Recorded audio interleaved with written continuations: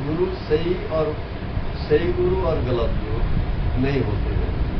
गुरु तो गुरु होते हैं। ये गुरुर ब्रह्मा गुरुर विष्णु गुरुदेवो महेश्वरा गुरु साक्षात पर ब्रह्मा तत्व श्री गुरु नहीं। तो गुरु सही और गलत नहीं होते। हाँ, ये है कि ये माया भी कलयुग में जैसे त्रेता में रावण ने जो है संत का चोला धारण कर दिया और सती सीता हमारी सीता माता का हरण किया, ऐसे नकली गुरु कहने के मतलब नकली गुरु का भेष बना के आप गुरु नहीं बन जा सकते।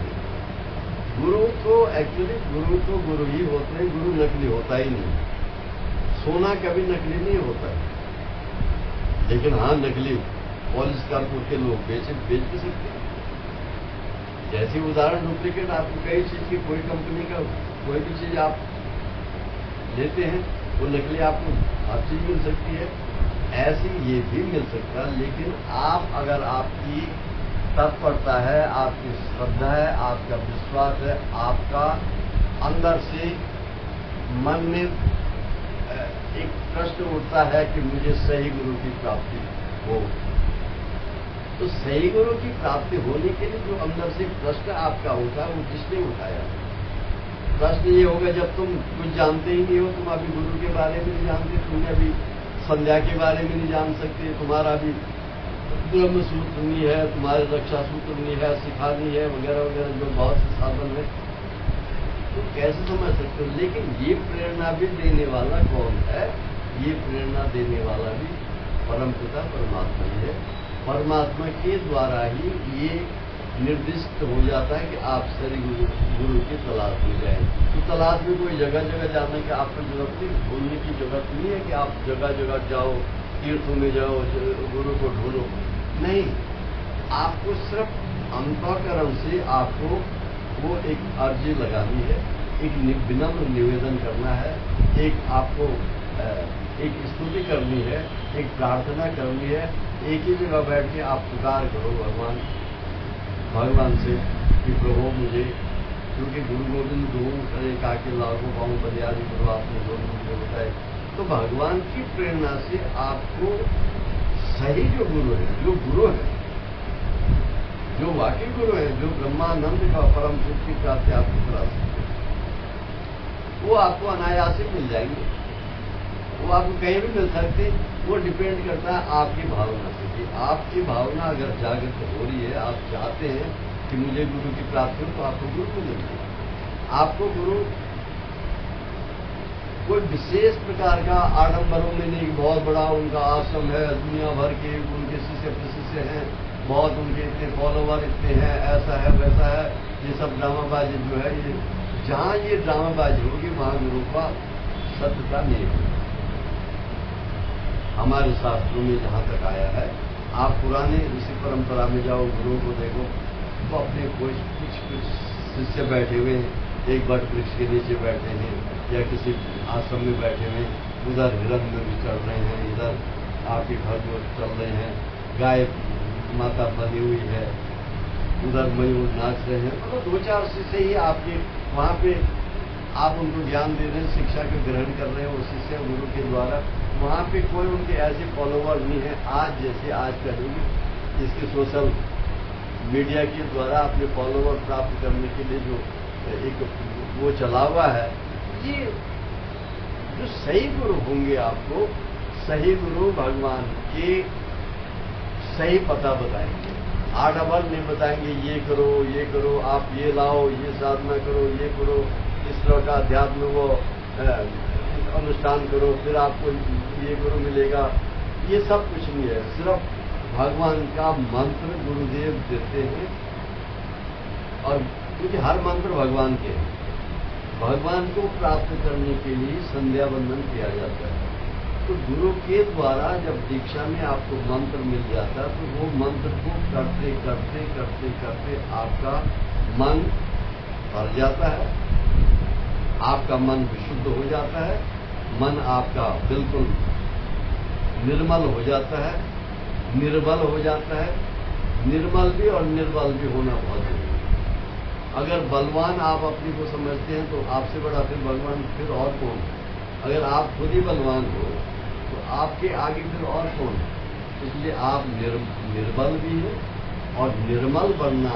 निर्मल तो आप भगवान की गुरुदेव की कृपा से बनेंगे, जो उनके द्वारा आपको मंत्र दिया जाएगा।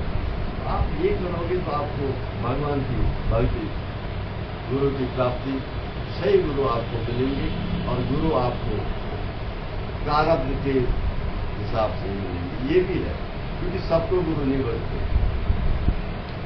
मनुष्य जन्म जो है 84 लाख योनियों के बाद मनुष्य जन्म की प्राप्ति होती है। लेकिन आप सोचें सब लोग गुरु धारण कर रहे हैं, गुरु के पीछे भाग रहे, तो तुम भी भागो। चाहे तुमने कितने दुष्कर्म किए हैं, गलत कर्म किए हैं, तुम्हारा भोजन सही नहीं है, आचरण सही नहीं है, संगत सही नहीं है, काम धाम सही नहीं है, तो आप वहां जाके आपको कोई गुरु आप कर भी लोगे, लेकिन उससे कोई फायदा नहीं। सबसे पहले आपको भाई, जैसे गंगा जी के किनारे रहने वाला कभी ये सोचे मेरे बगल में तो गंगा बह रही, मुझे क्या जरूरत है नहाने? ऐसा नहीं होता है। गंगा का जैसा स्वरूप है कि गंगा के दर्शन मात्र से पाप कट जाते हैं। दर्शन गंगा में स्नान करने से पाप कट जाते हैं, गंगा को स्पर्श करने से पाप कट जाते हैं। तो तमाम पाप आपके कट जाते हैं गंगा के दर्शन, स्पर्श एवं गंगा स्नान करने से। लेकिन जैसे तमाम पाप आपके गंगा जी में इकट्ठा हो जाते हैं, हम सब पाप क्योंकि सब जाते हैं। हमारे हरिद्वार में हरि की पौड़ी में सब जा रहे हैं, गंगा स्नान करने सभी जाते हैं। तो अच्छा भी जाता है, बुरा कर्म करने वाला भी जाता है, क्योंकि उसको भी पता है, सुना है कि गंगा तो पाप काटती है, तो सब जाते हैं। अब गंगा जी में तो पाप ही पाप इकट्ठा हो जाते हैं, तो गंगा विचलित हो जाती है। गंगा प्रार्थना करती गुरुओं से। जब गुरु पूर्णिमा आती है, शरद पूर्णिमा आती है, या इस तरह की जब व्रत त्योहार पूर्णिमा आती है, तो गंगा जी गुरुओं की प्रार्थना करती। तब गुरु, हे गुरु, आपकी चरण पाद जब मेरे में पड़ेंगे तो मेरे पाप ताप कट जाएंगे। ऐसे गुरु महाराज जो है हर पूर्णिमा पे, कभी कभी जब जो है साल में एक बार या 6 महीने में एक बार, या जब कुंभ लगता है, कुंभ का मेला होता है, अर्ध कुंभ का मेला होता है, सारे संत महापुरुष जो है आखिर में क्यों जाते स्नान करने? तो कारण यही है कि गंगा को भी मुक्त करना पड़ता है। गंगा को कौन मुक्त करेगा? गंगा सागर के पुत्रों को गंगा ने तारण किया। हमारे भगीरथ जो है हमारे उत्तराखंड से गंगा जी को लाए, तो आखिर में उनको भी तो तारण चाहिए। कि गुरु ऐसा शब्द है, गुरु मानी अंधेरा, गुरु मानी प्रकाश, जो अंधेरे को उजाले में परिवर्तित कर देता है, उसका नाम भी गुरु। ऐसे गुरु को हम कोटि कोटि वंदन करते हैं, उनको प्रणाम करते हैं। हमारी प्रार्थना रहेगी कि हमें परम गुरु की, सदगुरु की प्राप्ति हो, तो आपको अवश्य मिलेगी। क्योंकि श्रद्धावान लपटे ज्ञान आप ध्यान रखेंगे, आप कामना करेंगे, आपको प्राप्त होगा। लेकिन निर्मल भक्ति, निर्मल मन जिसका होगा वो मुझको प्राप्त करेगा भगवान का। अब वो कपट छल छिद्र न भागा। मुझे कोई कपट है, छल छिद्र है, कोई चतुराई है, मुझे भगवान को या किसी गुरु को भी ये नहीं भाता, उनको पसंद नहीं है। इसलिए गुरु आपको साधारणतया मिलेंगे, गुरु आपको निर्मल मिलेंगे, निर्बल मिलेंगे।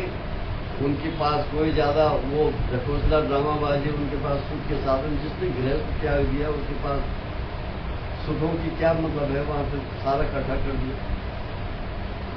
हम कई बार कहते हैं गृह मत तजरे बावरे वन भागत हो जाए, कोई में ही भरपूर है गम अपार अथाए। तू जाता कहाँ तक, इसको छोड़े। घर गृहस्थ में तो तेरा शरीर है, 5 तत्व का बना शरीरा, मात पिता ने ये घर देना, इस घर में सुख कर्म की खेती करो, राम रामा रम करने वाला रमता योगी राम, रमण करने वाला योगी, भ्रमण करने वाला राजा। ये शास्त्र के हिसाब से उचित होते सही होते हैं। एक जगह बैठा हुआ, एक जगह तुम बैठ गए, एक जगह पानी इकट्ठा होगा, उसको काहे लग जाएगी, नीला नीला हो जाएगा, वो सड़ जाएगा, वहां बदबू मारेगा। इसलिए रमण करने वाला, भजन करने वाला, नित्य ही अपने आप को मांझना, भजन करना। भज गोविंदम भज गोविंदम, गोविंदम भज गोविंदम। आपको नित्य कर्म जैसे आप स्नान करने, ऐसे भजन से आपको अपने मन की, अपने तमाम प्रकार के जो 84 लाख दुनिया के पाप आपने सब कर जाते हैं। तो हरि भजन करना चाहिए और आपको अवश्य में सदगुरु की प्राप्ति होगी। जो सही गुरु माने आपका कल्याण करे, जो आपका जो जीव को भगवान तक मिला दे, जीव और ब्रह्म का मिलन करा दे, ऐसे गुरु की प्राप्ति चाहिए। अब वो गुरु कैसे हैं? वो आपको हिमालय में मिले, वो आपको कहीं मिले, आपको कहाँ पे मिले, वो आपकी भावना पे है, आपकी श्रद्धा पे। श्रद्धावान लभते ज्ञानम, आपकी श्रद्धा होनी चाहिए। तो इसका मतलब हमें मनुष्य मनन करना पड़ेगा, मनु की संतान बनना पड़ेगा। हमें मनन करते करते अपने आप को पहले ठीक करना पड़ेगा, तब हमें भगवान भी मिलेंगे, गुरु भी मिलेंगे, भक्ति भी मिलेंगे, भावना भी मिलेगी, विवेक भी मिलेगा, वैराग्य भी मिलेगा, परम सुख की प्राप्ति भी होगी और अंततोगता हम परम सुख की प्राप्ति होगी। यह लोग छोड़ के बेशक मृत्यु लोक का मतलब जो है शरीर मृत्यु हो जाएगा, लेकिन पुनः पुनरावृत्ति आप अगर चाहोगे मनुष्य जन्म मुझे दोबारा चाहिए, हरि भजन चाहिए, जैसे हमारी आकांक्षा, कई बार हम कहते हैं कि हम दोबारा फिर मनुष्य जन्म में हम आएंगे और हरि भक्ति करेंगे। हमें अभी मोक्ष नहीं चाहिए, हमें अभी भगवान की भक्ति करनी है। अभी इस संगीत के स्वरों में इतने अच्छे अच्छे हमारे रागों के बोल हैं, हमारे इसमें कितना प्राप्त होता है, इसमें डूबने की जरूरत है, यहाँ करने की जरूरत, ये बताया नहीं जा सकता। जैसे हम एक बाल्टी में दूध रखा हुआ है, दूध में हम कैसे बताएंगे आपको इसमें मक्खन? हम कहेंगे हे भारत, हे प्रिय, आप इसमें से मक्खन दे दो हमें, इस बाल्टी में से। तो भारत कहेगा कि इसमें मक्खन गुरुजी हमें तो दिखता नहीं है, तो दूध है। तो फिर जैसे उसका एक प्रोसीजर होता है, दूध को आप गर्म करेंगे, उसको आप गर्म करके आप जो है मिट्टी के भगोने में आप रखेंगे, उसमें दही थोड़ा डालेंगे, उसको दही जमाओगे। जब दही जम जाएगी फिर आपको उसको मथने से फेंकोगे, मथने से जब फेंक के आप उसमें मक्खन निकलेगा। जैसे वो मक्खन महाभारत का मक्खन वो गीता का गया। महाभारत वो मथनी पे वो तमाम दूध का मंथन हो रहा है और उसमें से मंथन करते करते आपको मक्खन निकल गया। 18 अध्याय 700 भगवान के मुख से। तो वहां वो आपको मक्खन भी मिलेगा, आपको छाछ भी मिलेगी, आपका दूध भी वहां था, आपका दही भी वहां था और आपका। अब हम कहेंगे कि मक्खन तो ठीक है, मिश्री और मक्खन ठाकुर जी को भोग लगा दो, लेकिन थोड़ा देवताओं को प्रिय लगता है घी, घृतम घृत। अगर यज्ञ करना, हमने स्वाहा करना है देवताओं का भोजन, आपको उनको तो आहुति में गौ घृत की आहुतियां, तो उसको घी बनाया जाएगा। उसको घी जब बनाओगे तो उसकी सुगंध चारों तरफ फैल जाएगी और जब फैल जाएगी तो देवताओं को उसकी सुगंध प्रिय लगती है, तो ये घी भी बन गया। ऐसी जैसे दूध में दूध था, फिर दही हुआ, फिर उसमें से मथा गया, फिर उसमें से मक्खन निकला, फिर वो छाछ भी निकली और मक्खन का हमने घी भी निकाला, बनाया। ऐसे भक्ति करने का भी एक, साधना करने का भी एक तरीका। हम लोग संगीत सीखते हैं, संगीत में अब लोग हमें अभी तक इतने करते करते उम्र गुजर गई, लेकिन अभी तक भी जो है कुछ पल्ले नहीं पड़ा। ऐसा आनंद ही आनंद आ रहा है, आनंद ही आनंद बरसता है। ऐसा लगता है कि कभी शाम न हो, कभी इसमें हित न हो, क्योंकि अभी तक कुछ आया ही नहीं। इसमें कितनी इच्छा जागृत हो रही है दिन प्रतिदिन कि अभी और चाहिए और चाहिए, और भक्ति करना और राग करना। क्या क्या वो इसमें संतुष्टि को प्रदान करते हैं, अपने हृदय को हमको धैर्य देते हैं। तो इस संगीत में भक्ति छुपी हुई है, इस संगीत में वैराग्य छुपा हुआ है, संगीत में ज्ञान छुपा हुआ, संगीत में विरह छुपा हुआ, संगीत में परमात्मा छुपे हुए हैं। जैसे माता पिता और परमात्मा, माता पिता को नहीं भूलना और परमात्मा को नहीं भूलना।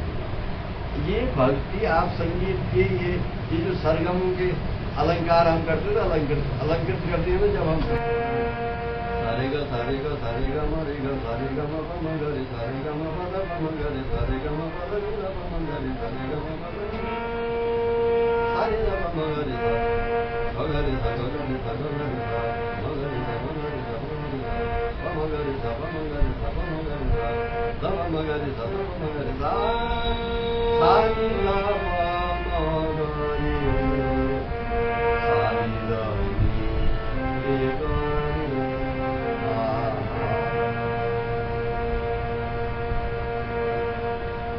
ये हमारी अभी कल जो है वर्ल्ड क्या था, योगा दिवस। तो योगा दिवस था, ये तो हमारे आदि अनादि प्राचीन काल से हमारा योग ये है, असली योग जीव और ब्रह्म का मिलन। और हमारा साधन संगीत के द्वारा, ये कोई rock and pop and western music नहीं है, ये शास्त्रीय संगीत नीचे बैठ के ध्यान अवस्थित हो। यहाँ कोई भी साधक होगा वो साधक बन जाता है, साधना करते करते वो साधक बन जाता है, उसके अंदर ज्योत जल जाती है, वो करते करते महात्मा बन जाता, महात्मा महापुरुष बन जाता है, महात्मा महान आत्मा बन जाता है, भगवान की प्राप्ति कर जाता है और अलौकिकता वो खुद भी प्राप्त करता है और उसकी सुगंधी जैसी देसी गुलाब खिलता है और उनको भी उसकी सुगंध फैल जाती है। ऐसी गुरु का जो साधक होगा, गुरु का भक्त जो होगा, जहाँ भी बैठेगा अपनी भक्ति करेगा, सबका उसमें कल्याण हो जाएगा। लेकिन यहाँ कोई ड्रामाबाजी ढकोसलाबाजी कुछ नहीं चाहिए। यहाँ निस्वार्थ निश्चल प्रेम चाहिए, एकदम साफ सुथरा मन, अंदर से भी बाहर से भी एकदम विशुद्धता चाहिए। ये हमारी संगीत को भक्ति के लिए प्राप्त करने के लिए संगीत बहुत बढ़िया साधन है। और ये मेडिकल पॉइंट ऑफ व्यू से भी इसमें थेरापी है, म्यूजिक थेरापी होती है। पूर्ण नाड़ी इसमें पूरा ब्लड सर्कुलर ब्रेन से लेकर फेफड़े से लेकर पूरा आपका बॉडी इसमें पूरा काम करता है।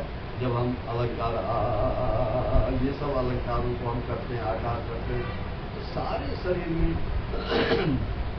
ये सब आपका जो है, जो बंधन है, जो बंद है आपके हो रखे जो छिद्र जो है सब खुल जाते हैं और इसमें कोटि पर्वत शिखा उड़ जाती है। और जैसे हम बार बार कहते हैं कि लंबी श्वास जो हमारी दैनिक क्रिया है, शिव महापुराण में 21,600 श्वासों का प्रदान किया था 24 घंटे में। तो हम इसलिए लंबे श्वास लगाते हैं, लंबे श्वास में हम छोटे छोटे श्वासों को एक बना लेते हैं और एक बना के हमारी उम्र लंबी हो जाती है और हम हरि का भजन कर सकते हैं। तो हरि भजन प्राप्त करने के लिए ये हमारा जो तरीका जो है, जैसे हम करते सा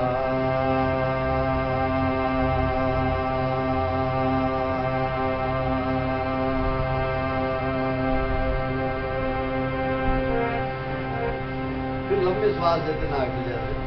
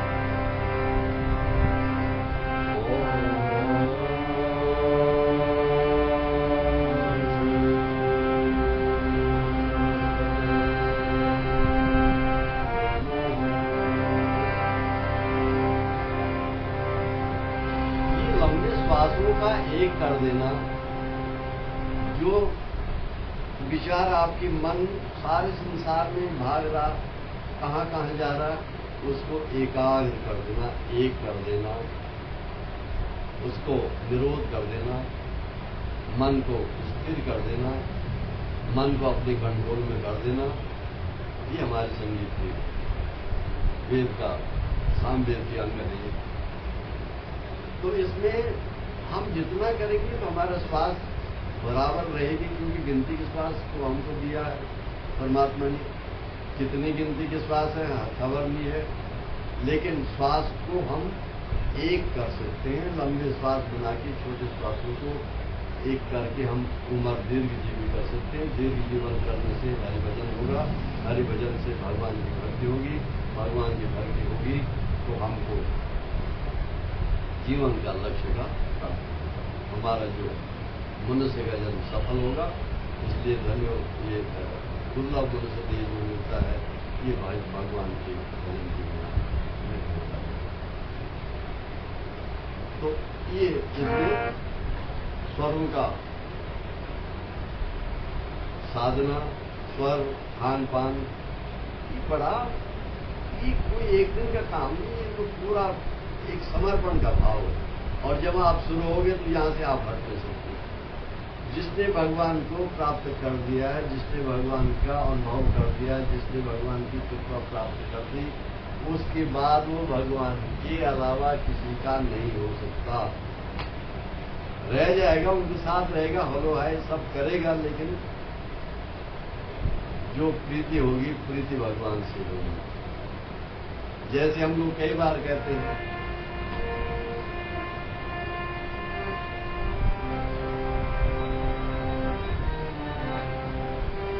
प्रेम हो तो श्री हरि से प्रेम होना चाहिए,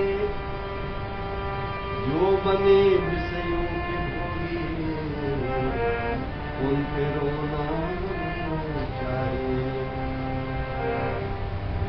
आया ऐश्वर आराम से तुमने अगर वास्ते पर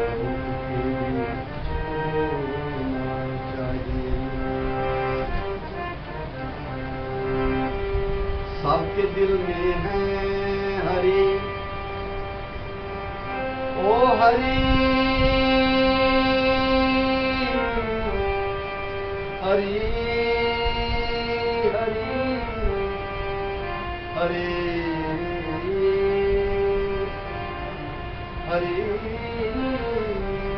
सबके दिल में है हरि, पर प्रेम बिना मिलते नहीं।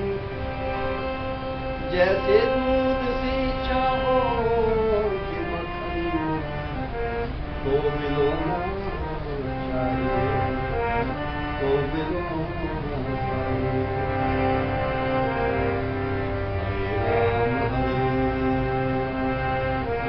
राम राम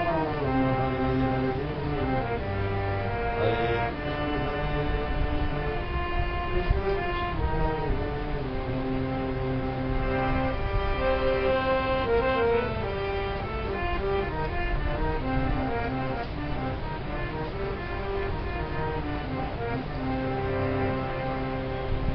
भगवान के भक्त अलग रहते हैं। संसार वाले तो मिलते हैं तो पूछते हैं, कोई कहता है तेरा धनबाद कितना है, कोई कहता है तेरा जादू जलाल कितना है, कोई कहता है तेरा बच्चा बाल कितना है, और इतना किसी ने ना कहा तुझे प्रभु से प्यार कितना है, प्रभु से प्यार।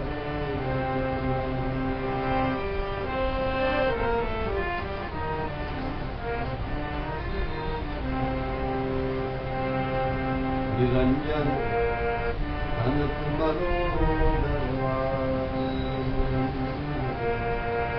धन तुम्हारो दरबार, धन तुम्हारो दरबार निरंजन, धन तुम्हारो दरबार निरंजन, धन तुम्हारो दरबार निरंजन, धन तुम्हारो दरबार निरंजन, धन तुम्हारो दरबार।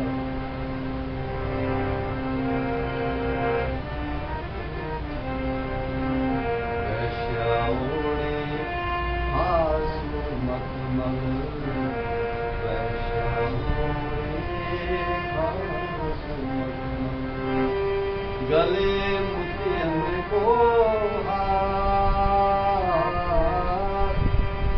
गले मोतियन को हार, पति पिता को मिले न खादी को, पति पिता को मिले न खादी, धन तुम्हारो व्यवहार निरंजन, धन तुम्हारो दरबार निरंजन, धन तुम्हारो दरबार, धन तुम्हारो दरबार निरंजन, धन तुम्हारो दरबार निरंजन, धन तुम्हारो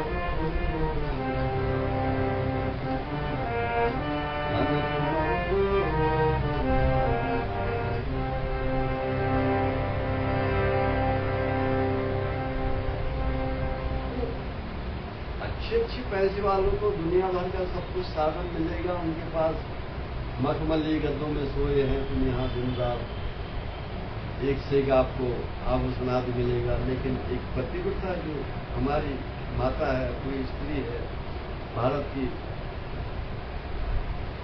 सती सीता सावित्री जैसी, वो एक खादी की सूती की धोती में, हमारे पुराने जो ऋषियों की पत्नियां वो धोती थी, उसको सुखा लेती थी। उनके पास कोई ज्यादा साधन, लेकिन वो उनकी संतोष, संतोष सर्वदा सुखी असंतुष्टों को शांति, उनकी संतोष उनसे बढ़कर किसी का। आज तो आप देखो कितने साधन होने के बावजूद भी असंतुष्ट है, आप घर में नहीं टिके हुए हैं, आपको घर का भोजन अच्छा नहीं लग रहा, आप बाहर जा रहे हैं। इसलिए ये अनेक प्रकार के जो आपको बाहर की वृत्तियां हैं, उन वृत्तियों को रोकना पड़ेगा, अंतःकरण की वृत्ति में आपको आना पड़ेगा और भगवत भक्ति को प्राप्त करना पड़ेगा। उसके लिए आपको